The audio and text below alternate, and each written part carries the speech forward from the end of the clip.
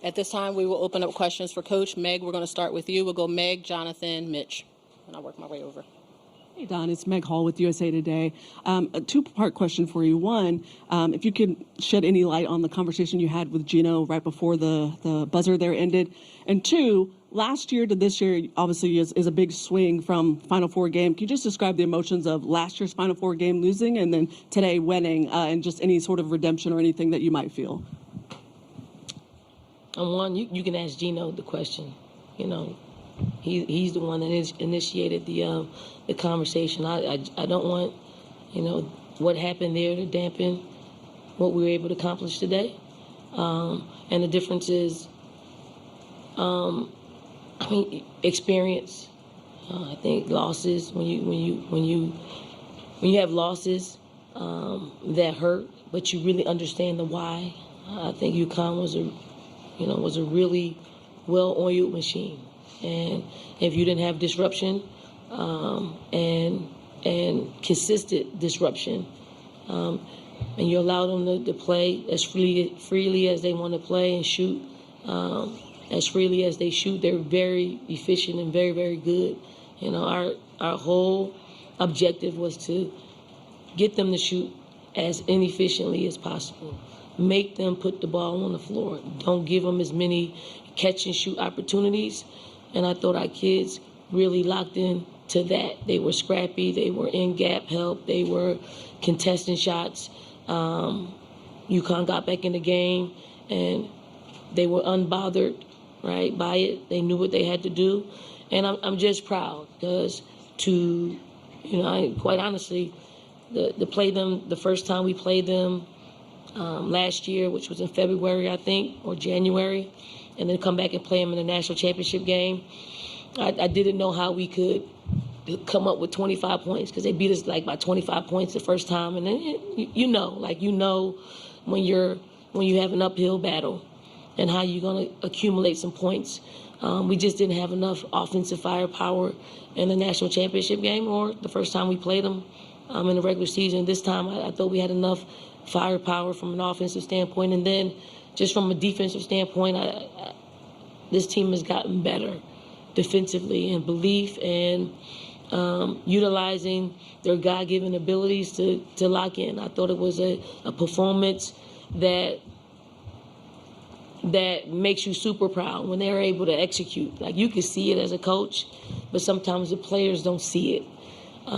What they did was just they filled in all the gaps that were created out there, and just super proud of them. Jonathan?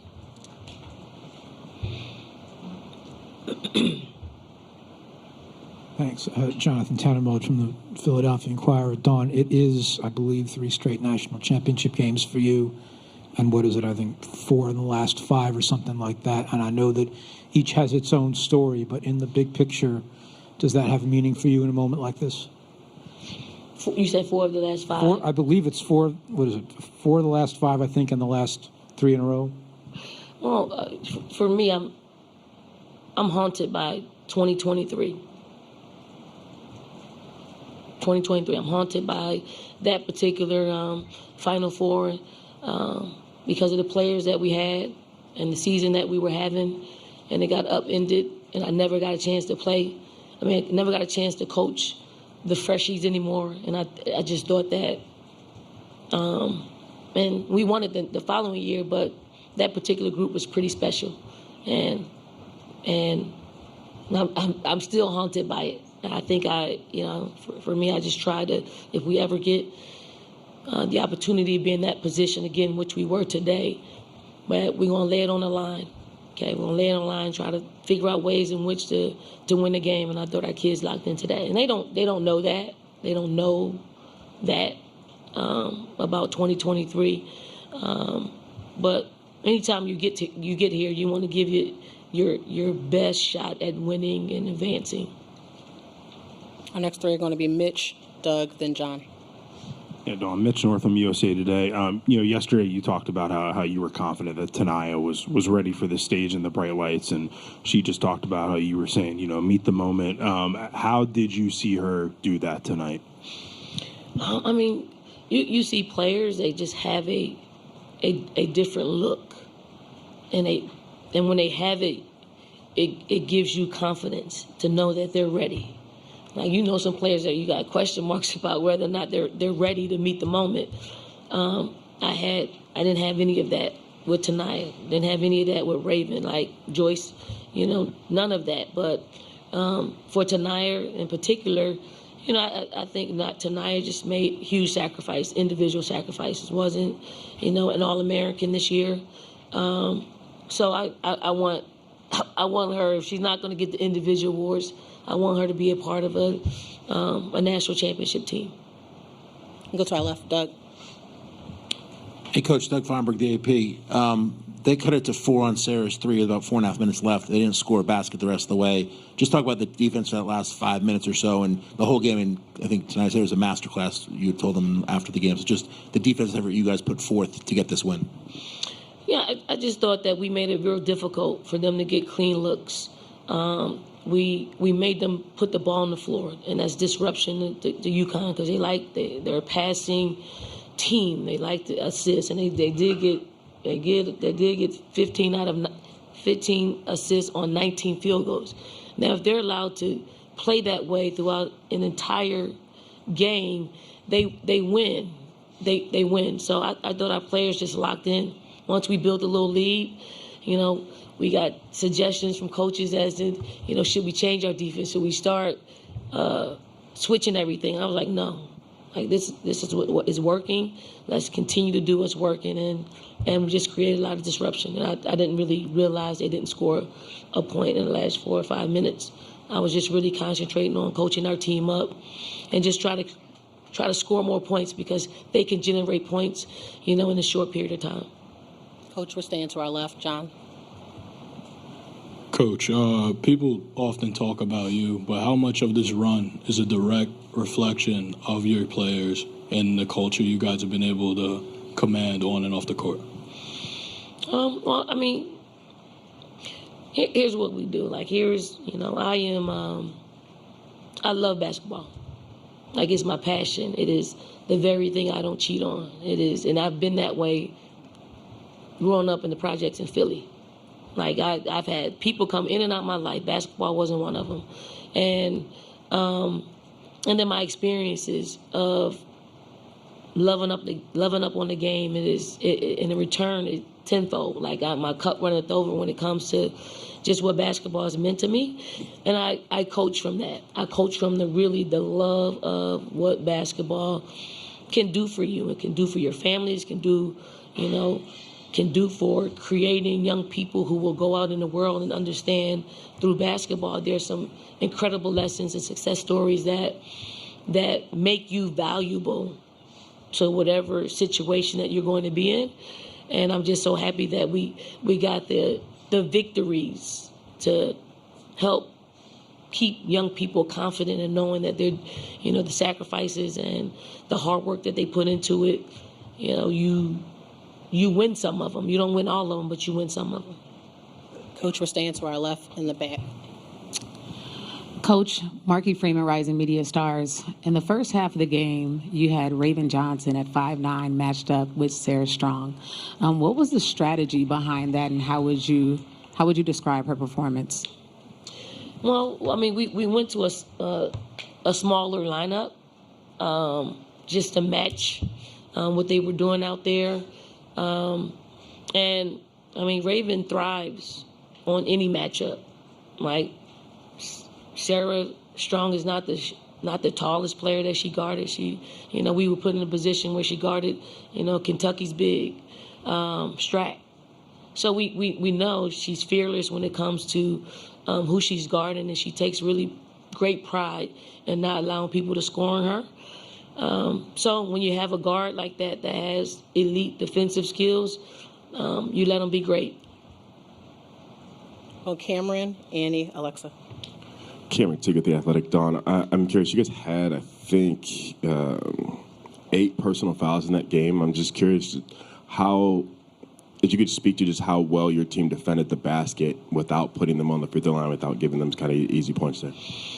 I thought our gap help was great. I thought we were very disciplined and chasing off the screens and not shooting gap and being in the play. Like, we never let UConn get ahead of the possession. And when you're able to dictate like that, you get in good defensive position.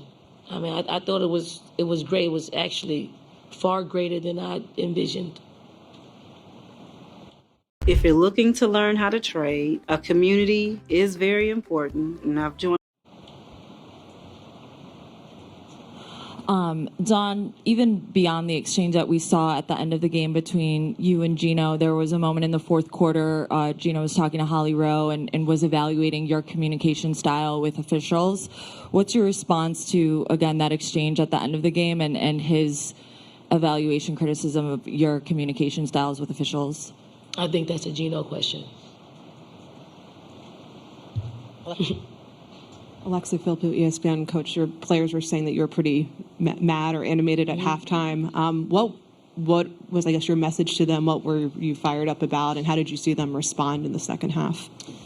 You really don't get these opportunities very often. You don't. So you gotta meet the moment. Like, if we lost this game, I know that our players would have been, mad at themselves because they're very capable. Like, play to your capabilities. Play to the habits that we've had all season long. And if you can do that and end up losing, you can swallow it a little bit better.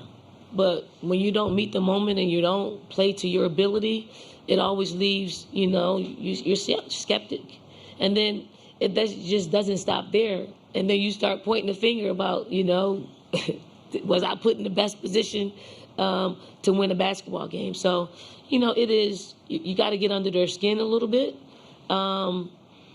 because you got to jolt them out of the state that they're in to get them back to who they are.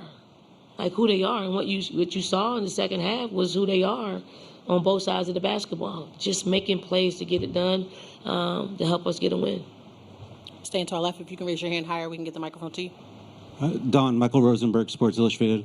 For all you said to them at halftime, was part of you really encouraged that you didn't play as well as you could and you're right there in that game?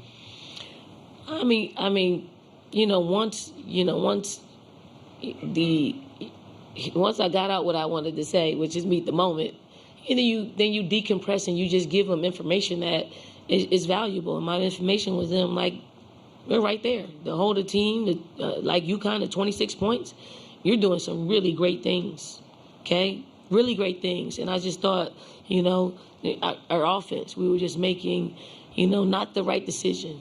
And we just had to make quicker decisions. We had to put ourselves in a position where we got to play a little bit faster because they slowed it down. They pressed us, and they made it hard for us to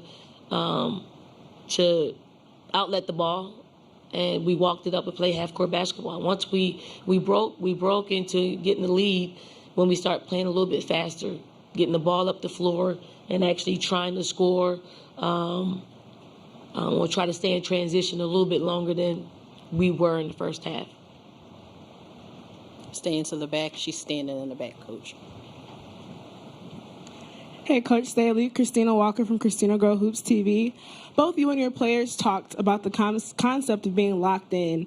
Can you tell us more about what exactly that means? Some people would say, if you know, you know, but... being locked in is really understanding what the game plan is, really understanding personnel on our opponents and executing it. Like, you can know and not execute it, but for us, we knew, we executed. We were deciding whether or not we were going to watch film last night. So, I let Ray decide. Hey, Ray, you think we need to get another film session in? And Ray's like, so we did another film session. And you can almost just see the players really lock into what needed to get done. And, probably after game 20 in the regular season, some of them are half paying attention because it's just routine. But when you get to this level, you want to see a little bit more. You want to see, all the players locked in and all the players asking questions about whatever the game plan is. That's being locked in. You can raise your hand and get the microphone to you.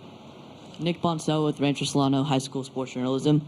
From a culture building perspective, what's it like getting this win in front of former and future players like Aaliyah and Jersey?